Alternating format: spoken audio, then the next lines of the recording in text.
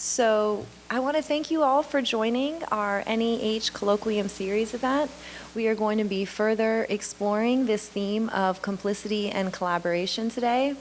For those of you who haven't had an opportunity to meet me yet, I'm the scholar in residence here for this academic year. I'm Dr. Ozzy Alai. So welcome. I see a lot of familiar faces, which is always nice. So this particular talk that we're having is in partnership with the United States Holocaust Memorial Museum in Washington, D.C. Specifically, it's with their campus outreach lecture program, and it's part of their Jack, Joseph, and Morton Mandel Center for Advanced Holocaust Studies. And it's also part of our Doctors Beebe and Owen Bernstein lecture series. So this particular talk I've really been looking forward to. It aligns really well with our Conspiracy of Goodness exhibit that we've had up. I know some classes have had an opportunity to walk through the exhibit.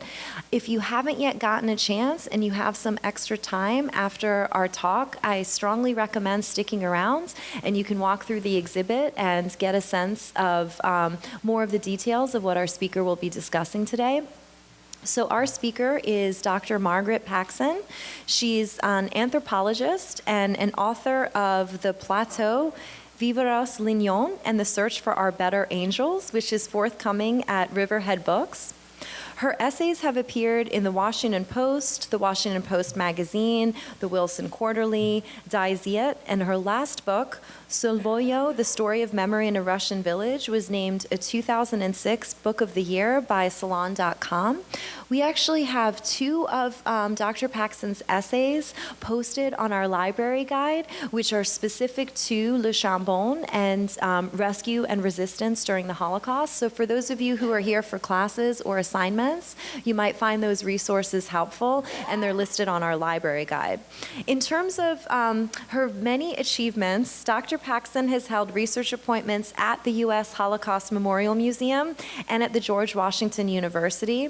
She's a native of Rochester, New York, and she has a lifelong interest in community and peace building and was a coordinator for Rochester's Biracial Partnerships, an innovative program that sought to build lasting bridges between the city's racial communities. She's also fluent in Russian and French. You saw I was struggling with some of the titles of her books because I'm not as fluent. And she also has skills in Kabardian, a language of Russia's North Caucasus region, and she's appeared on BBC Radio, Dialogue Television, and other broadcast media. Dr. Paxson holds a BA in anthropology from McGill University and a master's and PhD, also in anthropology from the University of Montreal. So please join us in giving her a hearty QCC welcome.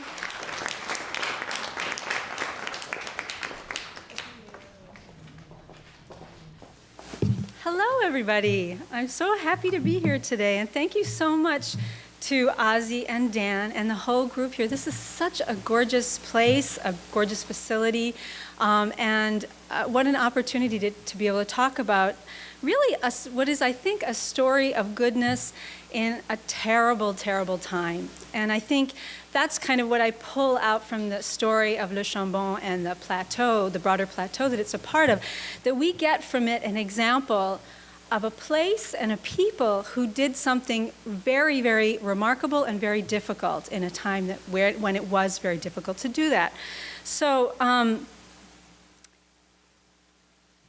I also should say that the exhibit that you have back there is just really wonderful. And so if any of you have not had a chance to look at it and you can, please, please do. It's the most beautiful exhibit on Le Chambon I've ever seen, so in any case. So basically, for a person who writes about the Holocaust, I'm an unusual kind of case. Normally, people who write about the Holocaust are historians, and what historians do a lot of things, but probably most importantly, they try to get the past right. They try to figure out what actually happened. Why do they do that? Because it matters. It matters to get it right. When some people are saying one thing and another group of people are saying another thing, you got to get it right. In the case of the Holocaust, that really matters morally also. We have to get it right because getting it wrong is a part of a terrible denial of who we are. But I'm an anthropologist. An anthropologist studies human society, human culture. It usually has historically studied human culture far away from where we are. So I did my PhD based on research in a teeny tiny little village in Russia in the 1990s, sort of in the middle of nowhere, and I learned a lot of things. But so I think I wanted to start for this talk, I want to start on the moment that I went for the first time to the Holocaust Memorial Museum in Washington, D.C. as an anthropologist. So have any of you been to the Holocaust Museum in Washington, D.C.? It's a really remarkable place. So this anthropologist went to the Holocaust Museum. And what happened when I went and visited that Holocaust Museum? For the first time, you go into this place, this space. It's all done up in a kind of a way to evoke the period of sort of the 1930s, and things are sort of made in metal and steel, and they're sort of dark and rusty. You go up an elevator that's made out of this sort of gray rust, and then the doors open, and then a story unfolds as you start walking through, and it's a terrible story. It's one of the worst stories that we have as human beings. It begins basically in Germany in the 1930s. Germany had lost a huge world war, and it was in a very, very terrible place at that time. It was in a period of economic collapse and political confusion. And it was basically trying to figure out how to be, who to blame for how bad things were. And so as it looked around and decided who to blame for how bad things were, and they were really terrible, it decided that a really great target was Jewish people. So when you go through that museum, you're really sort of figuring out at first the story of how they blamed Jewish people for these things. And you see artifacts for that blame. So you see this economic collapse, evidence of the economic collapse. You see photographs of policemen who start going around with big dogs looking for people. You hear songs of nationalism, like nationalist songs in the air. That's all there in the museum. You go down the hall a little bit, and you see the evidence for what were called the Nuremberg laws, basically laws designed to tell you who is Jewish and who wasn't, and who was kind of somewhere in between. In other words, who was going to be the person to blame and who was not the person to blame. By my own background, I realized in that first time that I was in the museum that I was something in the middle. So my mother's Jewish and my father isn't. So that would have made me a certain kind of person to blame at that time. Yeah, so you start going through the museum, years go by, and they show you what happened in these years. 1938 was something called Kristallnacht, the night of the broken glass. And that was a moment when there was a decision to have a huge kind of demonstration and break all these synagogues, the glass in all these synagogues. People were terrified. So all these Jewish people who were in these places now had a new reality. And as part of this new reality, they went into flight.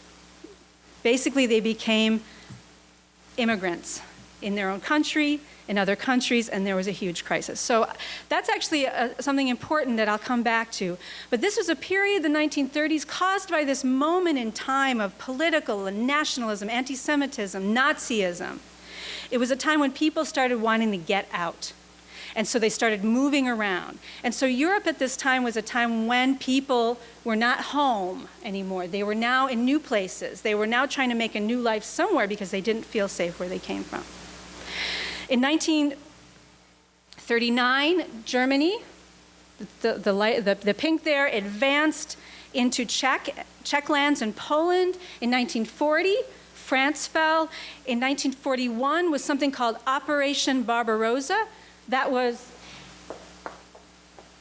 the move eastward into Russia, Ukraine, Belarus, where Germany decided that it needed to gobble up those new territories. That in turn created whole new waves of refugees from those places. So this movement came to be called the Holocaust by bullets. This is when Jewish people started being killed by being shot, rather than later what we would know, a lot of us would know as the story of killing in the Holocaust, as in the concentration camps. In the museum, it then goes to January of 1942, the final solution. The official decision that the solution of who to blame was to get rid of all the Jewish people on the face of the earth. That's how you solve the problem of who to blame. You just get rid of all of them. If they live in Germany, if they live in France, if they live anywhere on the planet, you look for them and you get rid of them. That's how you solve your problems. The museum shows you signs of ghettos, then work camps, then killing centers and gas chambers. You see evidence of entire villages eradicated. You see the shoes that people left behind when they went into the gas chambers. You see photographs of tattooed arms. You see evidence of medical experiments. Basically, if you step back, this was one of the worst moral hurricanes the world has ever known. It's a terrible, terrible moment. And if you, like me, have gone through that museum, you might have had the experience, but by that time, when you're in that museum, you're exhausted. You don't know what to do. You don't know what to do anymore. How can you believe anymore that we can be better than this when you see this evidence of the worst of what we are? People's responses were varied to this terrible, terrible time. There are people who were what are called perpetrators, people who actually did the worst of the atrocities. There were collaborators, both states and individuals, who decided that they were going to just kind of make do and maybe take advantage of the situation that was dangerous. There were bystanders, people who looked along when these horrible things were happening and just like, I can't see it, I don't know what's going on. I mean, I think we can think about it, how in our own lives sometimes this happens. Do you do something bad when other people are? Do you try to fix things with the folks who are in charge so that things can be easier for you? Do you not pay attention when things are going wrong? This is a terrible story. But if you manage to get that far in the museum and you keep walking, something else happens. And there's another exhibit. And that, I'm going to have a sip of water, excuse me. Set against all of this anthropologist, me, I walked into what was called the Hall of Rescue and Resistance. And basically, this was a room dedicated to show people how some resisted this terrible time. They resisted blaming the people that everyone else was blaming for their troubles. There was the story of Oskar Schindler. Some of you have seen Schindler's List, that movie. Story of him and his list of a group of Jewish people that he put himself into very dangerous circumstances to save. There's a story of a Danish boat that transported thousands of Jews to safety in Sweden in October of 1943. There were stories of heroic Jewish fighters who lived in the forest and fought from those forests and figured out how to destroy the enemy as they could. There were stories of groups, like a youthful anti-Nazi group called the White Rose from Munich, whose members were beheaded for treason in 1943. Resisting was a dangerous business back then. And I think we can also all empathize with the fact that sometimes resisting the forces that are out there can be very, very dangerous. But then I saw on another wall the story of shelter in a place called Le Chambon-sur-Lignon. And I learned later that that village was a part of a tiny, tiny little plateau in the south of France called the Plateau Vivarais-Lignon. It's a tiny little plateau. On that plateau during the Second World War, some really incredible things happened in that terrible time. There, local people took in these refugees, right? This was an immigrant crisis, took them in. These people they were immigrants because their life, if they were found, they would be killed. They fed them, they clothed them, they hid them in their barns, in their walls, in their basements. They taught their children, they got them work, they got false documents for them, and then they got them off to other countries, usually Switzerland, for safety. It was an incredible place. I looked at this exhibit, and I think I felt like many people would have felt, that this was like a light in the darkness. So a couple of words just about what was going on at the time. So France, I said that Germany invaded France in May of 1940. That was a kind of an odd occupation. Basically, Germany, when it marched in and took the north of France, called the occupied zone there in that map, first. And then basically south of that, if you gathered up all the sort of regular right-wing people in the country, the people with sort of tendencies towards that might be agreeable to the Nazis, you make a puppet government called the Vichy regime and called that the free zone. So basically in the north, the Germans were already there. In the south, you had sort of a puppet regime that was French. No matter how you slice it, this spelled disaster for the Jewish community in France. So I didn't know this before I started. I should have, but I didn't. That there had been Jews in France for centuries. That the Jewish community was small but thriving. There were Ashkenazi Jews, European Jews, Sephardic Jews, African-based Jews. They spoke many different languages, had different kinds of cultures, right? They had different cultural traditions. There also had been a steady increase in France of Jews all the way from the late 19th and early 20th centuries, when people, for totally other reasons, Jews for other reasons, were coming in from Eastern Europe, where it was also pretty bad in the late 19th and early 20th century.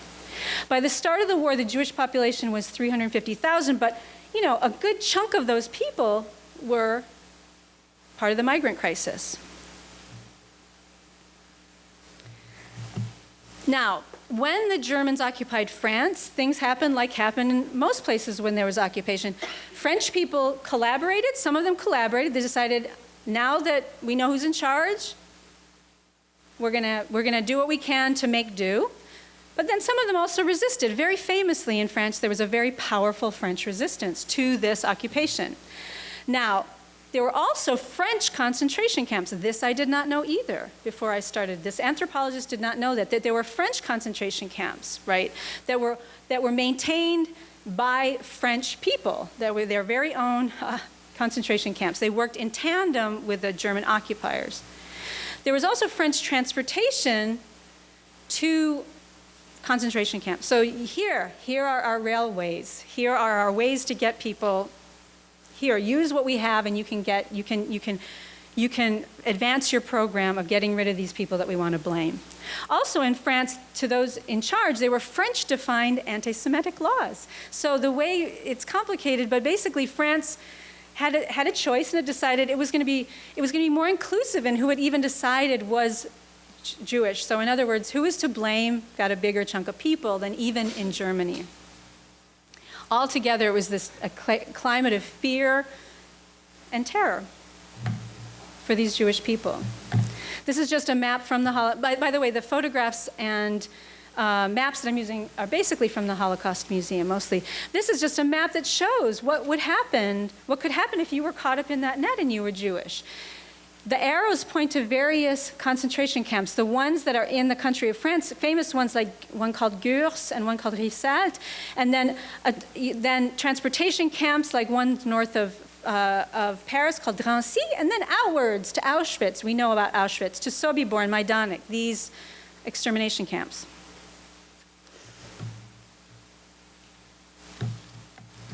So again, set against all that, there's this village, or this actually cluster of villages, of Le Chambon-sur-Lignon and this Plateau Vivarais-Lignon. So this is what sort of when this anthropologist saw this for the first time, I learned. So where was this? Where was Le Chambon-sur-Lignon? You see it's in south central France. It's important to note about this place that was so different from these other places, that it was far from the capital, right? It was basically in the boondocks. It was far from Paris. It was on a plateau, sort of an area of France that was sort of this high plateau, and within that plateau is another mini plateau. It was very hard to get to. And I learned that along the way too, actually based on some of my work in Russia as well, in mountainous regions of Russia. One of the things that's important there is that it was really hard to get to. So if you're like a kid trying to get there, it's one thing. But if you're an army trying to get there and take over, it's kind of another thing, and to take control of it.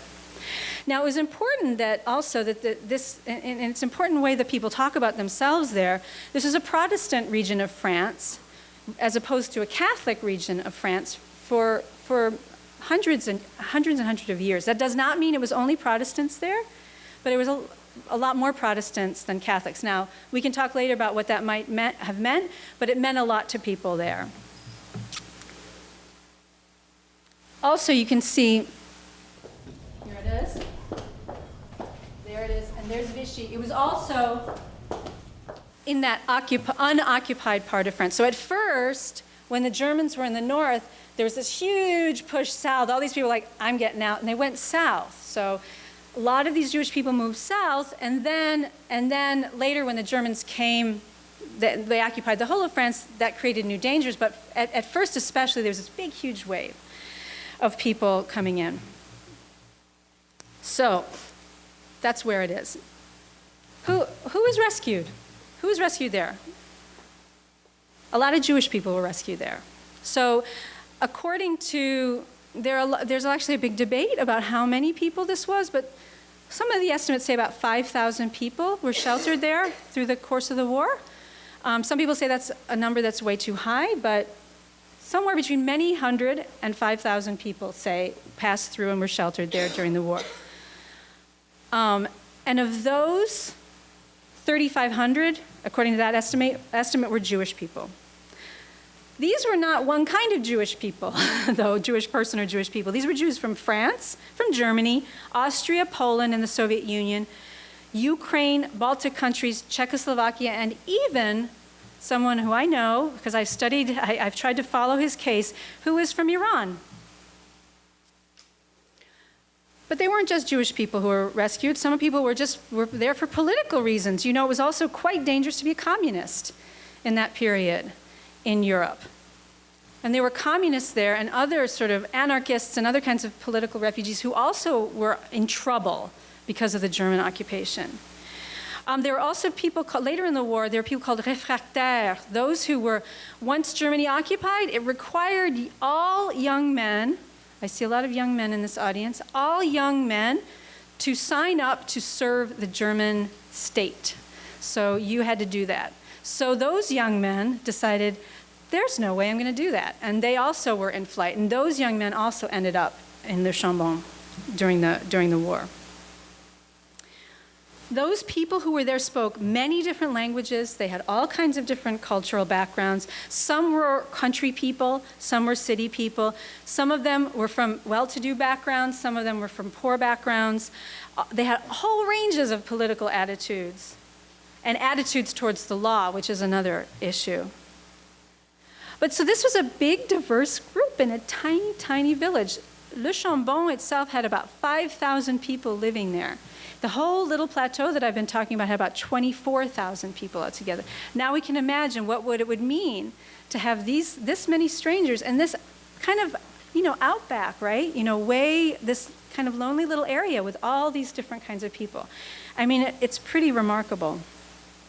Important to this story is also that local folks didn't ask people about their background. They made it a habit. I mean, I don't know if no one ever uttered the question, what is your background? But they didn't make a habit to say, are you Jewish? What's your story? They just okay, you need something? Here you go. Here's a place for you. They also, when it was clear that people were Jewish, they did not, as a matter of principle, make a point of converting people to Christianity. This was also a big deal, right? So they didn't try to change who people were. They just said, you need something? Come on in. And we can talk about that later if you like, but that's a very important point to the survivors who passed through there. That meant a lot to them. Also, I can say there was a group from 1943 onward, there was a group of German soldiers that was convalescing there in Le Chambon. German soldiers who had been in the Eastern Front. Remember I talked about how the Germans pushed east and this terrible, terrible stuff happened? Some of them got wounded and they had to convalesce. They were convalescing right there in that tiny little village. In fact, right next door to a home for children. Those Germans never told on anybody. They were never the cause of any arrests of any, as far as I know. Also, one who was rescued, this is a little interesting. I did not know this either going in. Have any of you ever read the works of Albert Camus, The Stranger, La Peste, the plague. He was there during the war. In fact, he wrote a good chunk of a book called The Plague, which is really a story about how the plague infests a city in the north of Africa. But in any case, he wrote a bunch of that there. So, who is doing the rescuing? There are a lot of people who are doing the rescuing. Basically, I think now that I've spent, actually, because I have spent a lot of time in this place, basically if you scratch anybody's life story, you learn that there was a history in the family of having taken people in. People don't like to talk about it, but if you get to know them and they relax, then you learn that, oh, my grandmother, she did this, or my grandfather did that, or I heard about that. Basically, everyone was doing the rescuing. Almost everyone was doing the rescuing. Doesn't mean everyone was at their best behavior all the time. They absolutely weren't. But people were all participating in this, pretty much all participating in this. So, famous for this rescue is a group of charismatic leaders who were inside and outside of the village. A number of local pastors who, if you go into this exhibit, you will see whole descriptions of Pastor André Trocmé, another pastor named Thais, André Trocmé's wife, Magda Trocmé, a mayor who was really involved, Darcisac. There were sort of charismatic leaders who were involved. But I think really, for me, remember I'm this anthropologists who study human society. Most important, I think, was just folks. Folks were involved with this, just farmers, folks. Folks were doing this, regular people who didn't have any particular charisma or any particular education, but they were participating. Women were involved, actually, in an outsized way. Women who were there because their husbands were gone, and women who were, in charge of food. They were doing sort of an outsized amount of the rescue. The people who were doing the rescue also, I said this region was a Protestant region. A lot of Protestants, but also a lot of Catholics. A lot of Jews were participating in this. A lot of the people who were sheltered because they needed to flee were then going and helping with the sheltering. So in this slide, you see at the lower left, that woman was a Jewish woman named Madeleine Dreyfus. She, oh my gosh, she found tons and tons of these children. And she brought them in. She herself, she was very brave and very active, got herself arrested and put into camp. She survived the war. Right above her is Dr. Le Forestier and his wife. This was a doctor who was involved in the resistance. He found his way. He'd been working in Africa with Albert Schweitzer, and he found his way up to the plateau to help out as a doctor because they needed doctors.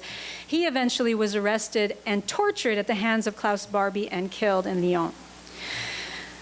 In the middle of the picture, that is the picture of Pastor Trocmé and his wife and their children. I know one of their daughter on the right, Nellie Trocmé, was really important in helping sort of with some advice for this exhibit. Enormously charismatic person, enormously important to this whole effort.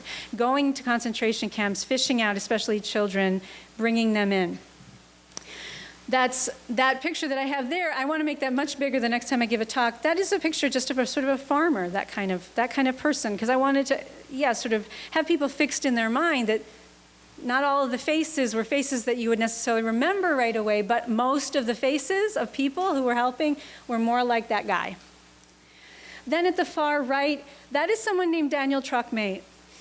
He was the cousin of Pastor Trocmé. He was asked by his cousin, the pastor, sort of 1942, if he could come and help out because they had a lot of people in the village now and they were putting children in homes and they needed to have classes and they needed to be taken care of. Daniel Trocmé was his cousin. Daniel Trocmé got swept up in one of the only real large successful raid of the Germans in Le Chambon. He was arrested, sent to a prison called Moulins, and then he was sent to a French concentration camp called Compiègne, and then he was sent from there to a concentration camp we might have heard of called Buchenwald, and then from there he was sent to another camp called Majdanek, and that's where he perished finally in April of 1944. Daniel Trocmé has actually become a very special and important person in my own work, and maybe we can talk about him a little bit more later. He's the brother of my great-grandfather's second wife. So for this rescue to happen, you also need infrastructure. This is something that I didn't really pay much attention to when I started out. You need organizations. There were so many organizations helping getting children from concentration camps, hiding people, doing false documents. You need trains, you need buildings, you need churches, or you need organizations. Okay, so I love this picture so much. It might be my favorite group picture from that time. If you study this picture, you look at the different faces, you realize that this is a story of rescue, yes, and it's a story about this place, but it's also a story of every single face that is in that picture, right? Behind every face is a mind and a heart and a story. People who they didn't start out their story in Le Chambon. They started their story out maybe in Warsaw, or maybe in Munich, or maybe in somewhere else in Eastern Europe, maybe from a village, maybe from Paris. They saw things that we wouldn't want to see in our lives, but there they were. There they were. They were trying to survive, but also being treated with kindness, maybe for the first time in years. Many of them lived and traveled in horrific circumstances. So I just like that photograph because I think it's always important to remember that this isn't an abstract thing. This is a thing about people's lives. It's very, very, very specific people's lives. And I should say that once I went to this Holocaust museum and I saw this and I decided that I was going to dedicate the next several years of my life to understanding this, the first thing I did was watch a series of interviews that were done by some of the survivors that had lived in Le Chambon during that time. This is through the Visual History Archives, and these interviews are so incredible. They could just make you weep looking at them and watching them and hearing them, because you realize again, when these people in Le Chambon and the Plateau saved a life, this was not just any life. It was a whole life. A life of a person who went on to live and to have a family and children and grandchildren and great-grandchildren, who went on to teach the things that they learned about what it meant to be a good person all their life long, including what they learned about what it meant to be a good person right there. So, okay, actually, I'll keep it there for a second. So I said I was an anthropologist. I said that made me unusual a little bit in this field. So I think history has a moral question, as I said, and that is to get what happened right, and it matters to get it right. I think the social sciences also have a moral question, or maybe a moral couple questions. And that is, how does something happen? How does it happen, right? Maybe sometimes they even ask what causes something to happen. Why does that matter here? Well, we want to know how something happens, because if we know how the Holocaust happened, for example, maybe we can learn how not to do it again. And if we want to know how something like the resistance that happened in Le Chambon happened, then we can learn how we can do it again. Because the world keeps presenting us with opportunities to think through this stuff. So, as I said, this anthropologist went to this museum, and my life changed. A few years after that, I stopped all my work in Russia, and I said, I want to get this. I felt like this story, for me, a social scientist, was like a gem that you hold up in your hand, and you're like, how do I get it? What are the different sides of it? How can I understand what made this happen? Because it was so different from everywhere else. So I put together kind of a fancy social science question. Maybe not so fancy. I said, there are communities in this world that actively resist violence during violent times. Are there, over the long term, social practices that combine to support and reproduce this kinds of resistance? So in other words, what gets them to do this stuff, and how can we see them do it again? How can that, whatever they did before, happen again? So, okay, so I'm going to jump to this. Let me see what time we have here. Okay. So, I started noticing some things. Some things jumped out at me right away. Again, with my hat of a social scientist on, so I'm wearing a social scientist hat. And the first thing, I said, okay, what is this place? How is it different? What happened here? The first thing that I noticed that was really remarkable if you're a social scientist is that this was a group level rescue, meaning that it wasn't just a person who was like, I see, oh my gosh, there's this kid and he's in trouble. I'm going to give him a blanket, or I'm going to give him some money, or I'm going to let him in my house. This is a whole group of people. This is a social unit of action that's actually different in kind from one person. So you have to get some measure of agreement between people to have a group level rescue action. Then I noticed, so that's extreme. In the Holocaust, by the way, that was very rare, that a whole group of people did something together. Then I noticed that it wasn't that it happened once.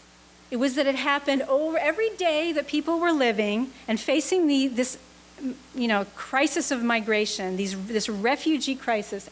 Every day they were having to do something again and again. There were these moments of heroic rescue where people would, like, a group of people in a day or two would, like, transport Jews from one country to another. But this lasted for years, again, when people's lives were imperiled for doing this.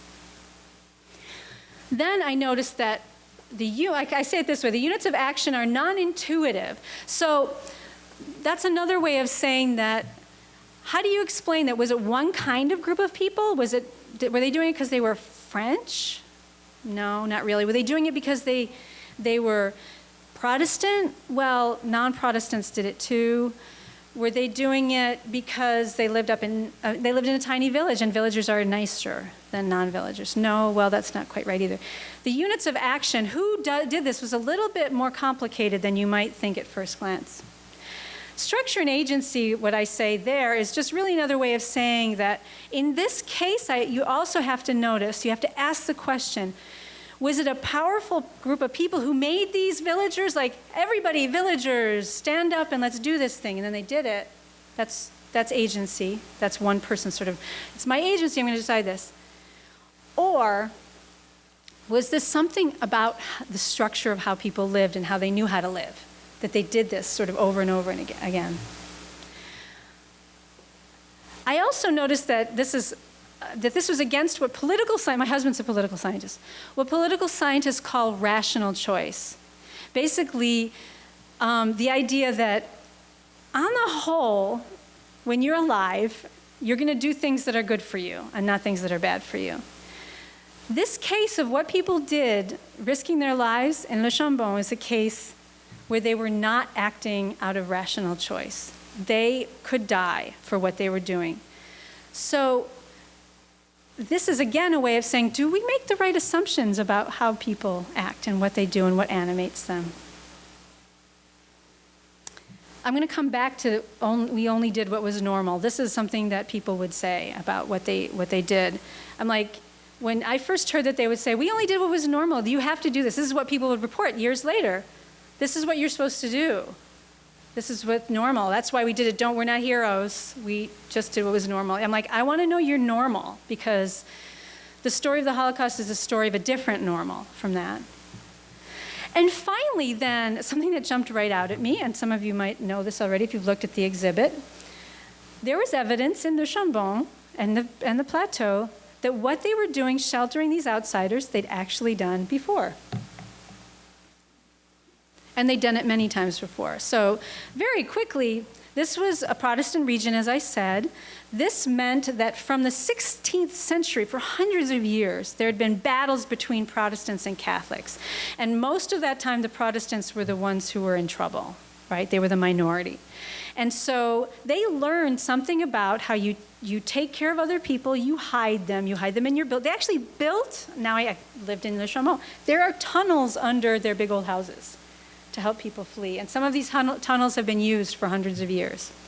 So they took care of Protestant people from the 16th century for hundreds of years. Then after the French Revolution, they took those Catholics, especially Catholic priests, and they hid them. They protected them from the French revolutionaries who were against them.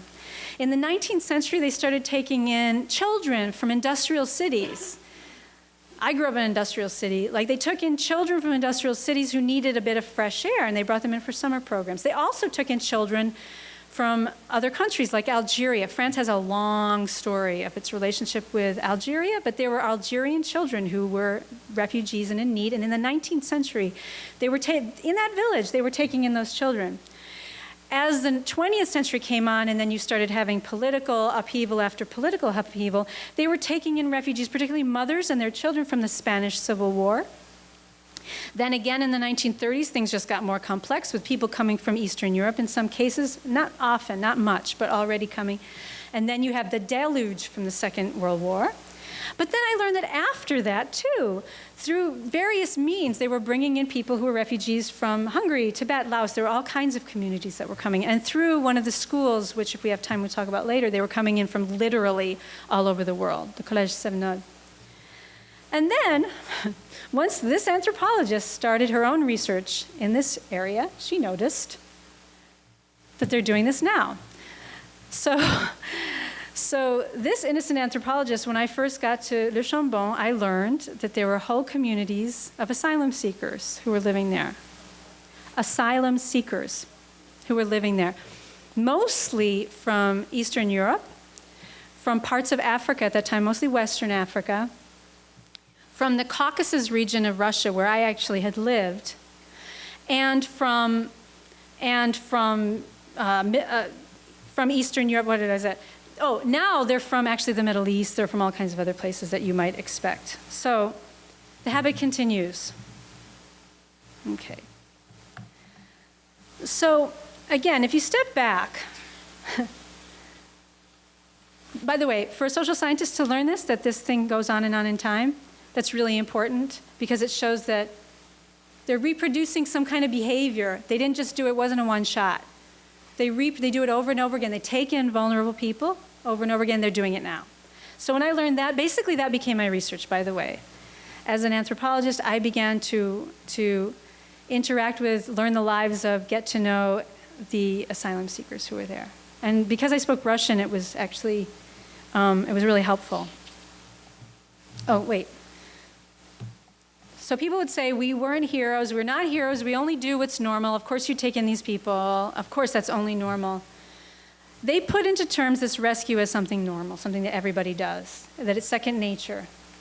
And so I'm a social scientist. I know how to learn about second nature and common sense and these sorts of things. So I set out to try to learn about these things, about what was normal to them.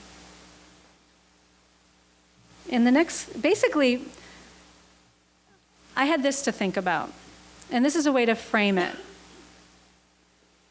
How I framed it, again, not as a historian, but as a social scientist. I thought, okay, let's say community is a circle. Here's a community. Here we are, we're a community right now. What if that community is under stress, right? What if there's a war going on all outside? What if bombs are going off? What if the government's in turmoil? What if the electricity doesn't work anymore? What if there's not any food? What if the doors are locked? You would expect that a community, a circle, under pressure like that, would hunker into itself, would say, okay, here we are. How are we going to manage resources? How are we going to manage ourselves? How are we going to take care of ourselves? Because out there, it's crazy. You would expect that. Again, to translate, though, what happened in Le Chambon, resistance and rescue. Resistance, you can kind of think about it as like, resistance is, there's the thunder going on the outside, but you're being told by the thunder, okay, everybody, it's time to start killing all the people who are under 5'4", and everybody who's over 5'4" gets to live. Resistance is a way of saying, no. We're not going to do that. We don't take that thing and bring it into our community. We're going to keep our community like what it was before. We're not going to be told that we have to kill the Jews. We're not going to be told that we have to hate the immigrants. Some of this might sound familiar. We're not going to be told any of this. What is rescue? Rescue is, in the most dangerous moment, opening the door, right? Taking that circle, letting people in instead of barring them out, right? Why do you do that? Why do you do that? But you do that. That's what rescue is, right? That's what these people were in effect doing. So, as an anthropologist, what do I need to understand? I need to understand what's the deal? What are people learning about how to be a person? What are people learning about normal? What are they learning about how to trust other people? What are they learning about how to not ask who you are or what your background is? What are they learning so that they do this over and over again? How is it that they're learning it so well that they keep doing it? So I'm going to give you just a couple of themes that came up in the research so far. And I think that this is something that will continue. I hope this is just the beginning, but these are some of the things that I noticed. Étranger. An étranger is a French word for a stranger. It's also the name of that book by Albert Camus, L'étranger, the stranger. What I learned is that there is a way of treating a person as a stranger where they're not strange, where you interact with them in such a way without immediate suspicion, with an open face, with a handshake. There's a way of treating a stranger where you don't care who that stranger is. You treat them as a human being first, right? So the stranger is not a stranger. The stranger is a human being. So what I'm learning, and I see this to this day, you are seeing people who know how to see other people as human beings, right? Not as, they might not know them, but they equally share being human beings. The second is actually in your exhibit. Aimez-vous les uns les autres. The one Protestant church in Le Chambon has the only writing on it is the words Aimez-vous les uns les autres. That comes from the Bible. And actually it comes from there. In the Old Testament there are things like it. In the Quran there are things like it as well. Love one another is what it means. Love one another. It is the command to love one another. So I started witnessing, what does this mean? What does it mean to love one another when times are terrible? And in a way, I decided that the best way to think about love one another is to treat it also like a social scientist. What does it mean to love? Does it mean to hug everybody? Does it mean to have affection for them? Does it mean, what does it mean to love? And I think it means a lot of different things to love. And I think depending on the community that you're in or you come from or what your own background, there's a lot of ways to show love. But this is a kind of love that is action-based, right? This is a kind of love, there's a child at the door opens, here's a place to sleep, here's some food. This is an action-based love. It's not necessarily, you might have sentiment, but it's not a sentiment-based love. It's an action-based love. So you look at that loving and you say, well, what did people do? They opened the door, they gave the food, they put themselves at risk. Many times they did. These children who arrived in Le Chambon were they were in a terrible, terrible way. You know, they were crying all night. They were also affectionate. It wasn't that they were without affection. But again, if you treat love in a way like a social science act, and not just an act of sentiment, then you get further to explain what loving one another means. But this love one another, it was inside people's heads. It was being reproduced in their heads. Silence is another thing that I learned about. I said earlier, a lot of people didn't want to talk about what happened during the war. Those of you who have studied a little bit Le Chambon, they didn't like talking about it. It meant that the history of the place was a little funny for a while, because some people, they were dying to tell the story, but many other people didn't. They didn't want to talk about it. And I started realizing too that this silence about your good acts, right? It seemed to be part of the dynamic. So you do this thing, and then you don't talk about it. You don't treat it like a thing where you're elevated, but you don't talk about it. We're dying for people to talk about it, but they don't want to talk about it. And that I felt like has been important as well. La burle, I sprinkle this with French words. La burle is a funny word. Even those of you who know French might not know this word. It is a word that they have in the plateau for a very particular kind of wind that blows in the plateau. And that is a wind that's terrible. They're high up, right? It's a terrible wind. What it does is it takes the snow and it just swooshes it up. It's so powerful that it swishes it, and then it plops it, it lands it in the middle of things. So la burle is a kind of, everybody, la burle, people are like, oh, did you see la burle? Yeah, so okay, now I have seen la burle with my own eyes. But what it is, and it's a kind of a metaphor for me here, is a kind of like the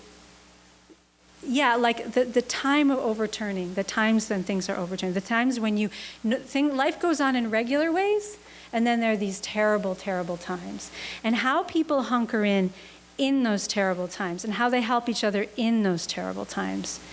So, finally, this was a social, sort of a theme that I noticed is that children are sweet and wonderful, but they're also bridges between communities. They also act like bridges because the children that come in as refugees are treated with affection and love by the people who receive them.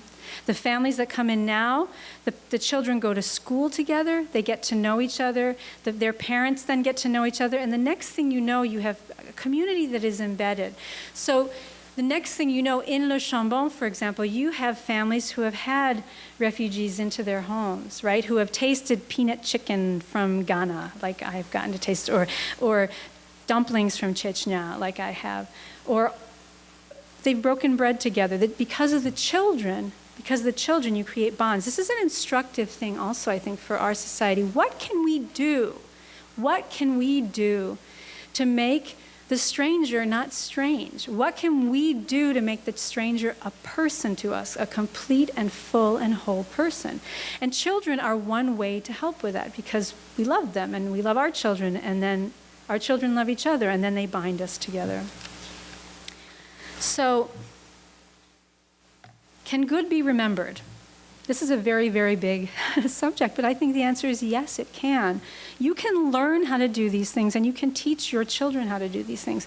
But as I said, the example of Le Chambon is like a gem that you look and you have to look at from many, many, many, many, many angles. We should be thinking about these examples of goodness in terrible times, and how to make them our example in terrible times. They're not just dramatic examples like this, but they're examples everywhere. All terrible things aren't the Holocaust. There are terrible things going on in the world right now that are not the Holocaust. But we can learn from them, and I think we should try to learn from them. So I think I'll hold it there. If there are more questions about other things, I'm very happy to talk. So.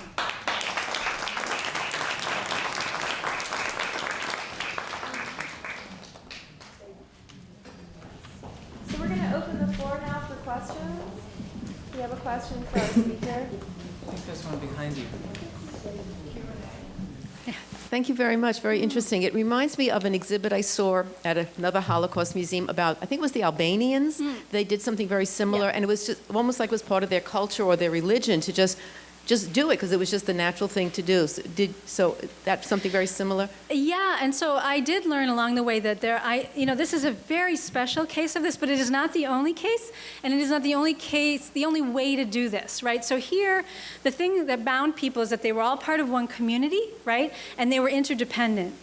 In a place in Holland, in a village called Newland, I think it was the local minister also was like, everybody's going to get one refugee.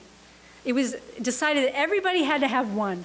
And so that way everybody, like I get in trouble, we're all in trouble. Like everybody was implicated. Another example that I learned about in the North Caucasus, that a Muslim village actually took in all these Jewish children that were coming from St. Petersburg on a train, right? So these Jewish children were like, the whole Russia situation was another whole story entirely, and it's actually under investigated still, but this train full of Jewish children was going south towards the Muslim area, and this one village in one republic took in these children, and they were like they were orphans. The children were orphans, and people were adopting them because there, culturally too, you get a new child. You know, it's a wonderful thing to have a new child and take care of it. And then again, it was a case where they could have gotten in big trouble. And what they did was they gave the Jewish children Kabardian, this sort of Caucasus name, and they couldn't be distinguished. So I don't know. I don't know the whole story. We'll have to. Well, I'm curious about how the children arrived at this village. How did they? Oh, did they escape? I mean, they must each have had a different story. Thank you for asking that. There are a lot of details that I wasn't able to go over, and this was one of them. So there are a lot of different ways, but that's an excellent, again, when I first started, I was like, how did they get up there in the middle? So there were several ways. Some of it was word of mouth by people who were already there.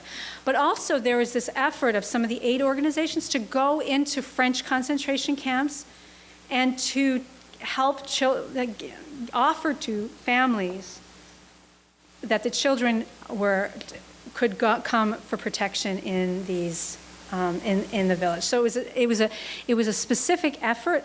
Pastor Trocmé did this: go into these concentration camps and retrieve groups of children at a time. So also there was word of mouth. All this sort of was happening at the same time. One of the examples, Elizabeth Kaufman, a child at the time, she was from Vienna, and her old teacher had gotten her old teacher, who was also Austrian, got a job there, and she wrote to her and said, "You have to come here." But again, you can imagine how the word of mouth worked. In the churches, there were people who they found their way to a church, were hiding in churches, and the priest said, "Okay, there's this place that you can go to. This is not safe, but you can go to this place." So lots of different ways. So, thank you. If we could get a question or hold the space open for a student question, that would be nice. Come on, students. There we go. All right. When you said that Jewish people even participated in rescuing people, how did that solely work? Were they like given permission by the people that rescued them, or like where did they keep them? That is a really great question too, and that has a whole side. So imagine how chaotic it was, right? So the Germans are looking for Jewish people, but they're not always finding them, right? And some of the Jewish people are sort of in and out of like the woods, literally, like they're fighting from in and out of the woods. So, you know, taking advantage of the chaos of the moment, some of them would pitch in for something like one of the teenagers who was helping with the false documents was a Jewish kid. People teaching at a local school, a lot of them teaching at these local schools were Jewish also. Now also it was complicated because the way Germany occupied. So for a time it was kind of safe-ish for some people to be Jewish, and then it stopped being safe at all. And in that time, people tried to go into flight or change their name or whatever else. But like the one raid that I was talking about at that one kind of home for refugees, I know that there were 5 young men who were known to be Jewish at that time of that raid. They were scooped up in that raid. They were sent immediately to Auschwitz. But there were also 4, as far as I can figure, who were not known to be Jewish, but who were Jewish. They had false documents, they had changed their names, they survived the war. But that's a question that's a whole research program in a way, because it's like, how do you manage in that dangerous moment, like when your very identity could bring you into trouble, and then how do you decide that you want to like stick your neck out? But they did, so. Thank you. Could you please tell me, you said the current circumstances, now they have people from Laos, families, mothers and fathers and children? Okay, yes. How many? So How'd they get there? There's what's called, and I should say that my book, which I'm finishing the second draft now, has a lot about these refugees, because this is a really wonderful, wonderful story, because you get to see this playing out also in real time. So they come, these particular families, like these are a group of, there's one little Albanian girl at the far right, and the rest are two families of little Chechen girls. They come as part of a program that France has called Welcome Centers for Asylum Seekers. So it's a funded program. They have these centers in various parts of France. Basically the département, it's like a state unit in France. It so happens that in Le Chambon, there's one of these centers. Now, the reason Le Chambon, it's a mixture of state funding and sort of other funding. So yes, these people come mostly in families. Basically what happens if you're an asylum seeker in France, you flee whatever you had to flee, then you go and give yourself in. You've gotten into France illegally, and then you go and you give yourself in to the authorities. They give you a document, actually a document that has the same name as the document Jewish people had back when, or refugees had back then. It was called a récépissé. You get this document, and then they find you a sort of a place to live in one of these centers if you're lucky. Only about 30% of the French refugees at the time I was doing this could make their way into these centers. If you make your way into a center, you are far more likely to achieve refugee status. So, Laotian, that's not these people. That was from before. That's from before. I don't know how many numbers. I'm sorry. Sorry. So what I was trying to say was these waves were happening over the years. There are no Laotians there now, as far as I know. There are people from Yemen there now. There are Syrians there now. There are Middle Easterners there now. So they're not, but not from Laos, as far as I know. So.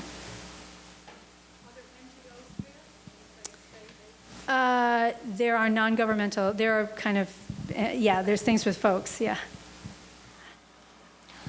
I wanted to mention that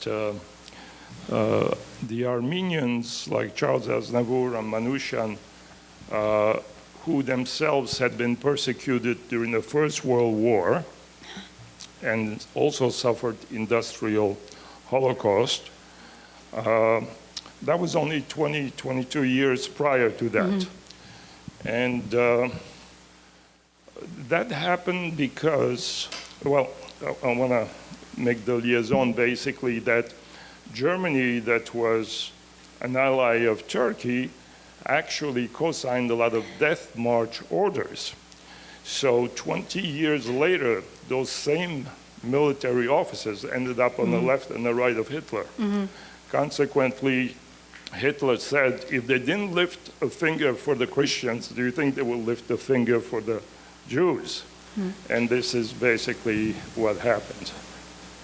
It's a terrible century. So if you don't have awareness and education, and I really want to thank you for what you brought out today. Thank you. Thank you. Thank you. I wanted to ask you, you said there were Germans who were recuperating there. Now, obviously, it was just a small amount, because otherwise they would have been followed up on, and they would have been, okay. So in other words, they were there, and that was it, and then they never returned or whatever?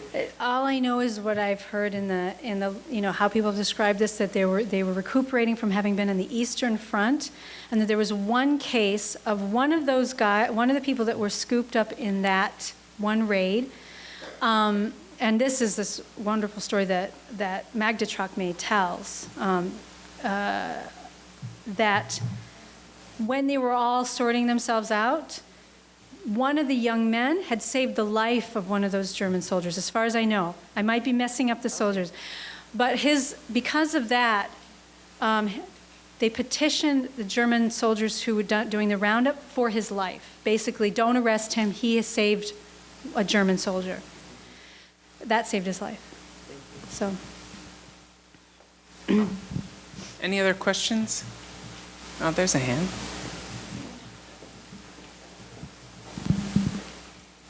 When the Jewish people were trapped in the concentration camps, like in France and Germany, did they? Is it true that they had to take off their jewelry and everything? Like they had to take off their golden teeth or whatever? Is it true? Well, so. Yeah, I mean, it depended on which camp and what was happening to them. So famously in Auschwitz, there was something called selection, where as soon as you got off the train, they decided would they'd use you to work or would they kill you immediately. So they decided what you were worth to them. And that's actually a big part of the story that I didn't know either, the incredible use of human beings for labor, Jewish people, but also a lot of political, like people were used for labor. So these camps were running all the time. And so if you were chosen to go to the gas chambers immediately, then all of your possessions then at that point were no longer yours, and they were collected. Now, as for your teeth, I mean, it's such a terrible, terrible thing. As far as I know it, that's something that was collected after people were killed.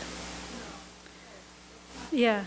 Well, in any case, I don't know. There are historians in the room who might know better than I do. So, but so if you were going to live, though, they actually made a point of keeping some of your belongings, and it depended on the prisoner, and oftentimes they would get lost or stolen.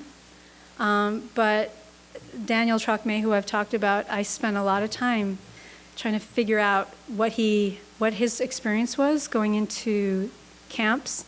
And there's a record down to a silver watch and chain that he owned, and it made it all the way to Buchenwald with him. And then that package was supposed to be sent to Majdanek, and it was stolen. But what I did find of his, that there remained in Majdanek, in the archives there, 2 pieces of paper. And one was his social insurance card, and one was a letter that his mother had written to him at a really important time of his life. And so those 2 things had been somehow been saved. Now, as for stuff, though, basically, yes, you are feeding the system with stolen property. And so, at really important times, people were losing all that they had. And that doesn't even talk about what they lost when their homes were stolen. So, thank you for your question. One more. Do you know if, of any programs or places that are incorporating these early teachings of taking care of each other as human beings in early teachings? Oh, that's such a wonderful question. Yeah. Yes. I mean, I think in some ways all over the place, right? So sometimes at the level of a family, right? Parents who work on that with their kids, either through religious education or through, various groups that they belong to, or just because it really matters to the parents as individuals. Then in communities, again, yes, you have different kinds of, organizations that really want to teach children stuff. We don't really teach civics anymore, as far as I know, in schools. I didn't learn civics in schools, but that was an attempt in a way to help teach people how to be. Now, in Le Chambon, there was a school for many decades that actually just closed very recently. And it was a school that was designed exactly for this purpose. I think it was Magda Trocmé, actually. I'm going to have to check with Nellie Trocmé to be sure, but who had the idea for a school that would be there in the Plateau, right, in Le Chambon, that would attract sort of an international group. So it would teach languages, it would teach about the world, but also it would teach the philosophy of nonviolence. We haven't talked at all about that. That is a really important and wonderful part of the story, too, that there were people really thinking through a philosophy of nonviolence through this. But I would say to you, that's a really great question. I would say it's a question that all of us should be answering and thinking about how we can be part of it in lots of different ways. So thank you for that. Thank you. Yeah. All right, we have time for one more question. Maybe 1.5 more questions. I'm sure you all hear about all the bullying problems that are in schools now, and the schools are working on the bullying issue, which is just a precursor to what happened about bystanders and perpetrators. And if you stand by and you're neutral, you're helping the perpetrator. You're not helping the victim. And that's a very big push throughout, from kindergarten all the way through high school. So that's something that they're doing. Yeah, and I would say that, again, we didn't get to this part of the talk, but this became very personal for me. And I found that the more I sort of studied this example, actually, the more I wanted to learn about, wait, what can I do? Basically, I want to know how do I know what person I would be, when the time came. And we don't know, and it's always a mystery, because you think I'd be the kind of person who would do the right thing, but we can't see into the future. So what can we do? We can try to train ourselves. We can try to train ourselves to see the friend in the stranger. Like, we can try to train ourselves, but we can't know. And Daniel Trocmé, this person who was arrested and ended up being dying in this extermination camp, he was a person who didn't know either what he was going to be. In the 1930s, he was like exploring all kinds of the political right, the political left. He was living in different countries. He was like questioning his religion. He lived in Beirut. He was like there's not one civilization, they're all civilizations. He was questioning everything. But when the time came, when the moment came, when he was scooped up and arrested, he could have escaped really easily, but he did not do that because he couldn't leave these people that he was charged with to take care of. So all I'm saying is the more I go with this, the more I feel like I need to turn the mirror on myself and ask myself this question. And I don't think there are easy answers, but I want to know that at least I'm trying. So thank you again. Thank you so much. Let's give another thank you to Dr. Paxson. Thank you so much.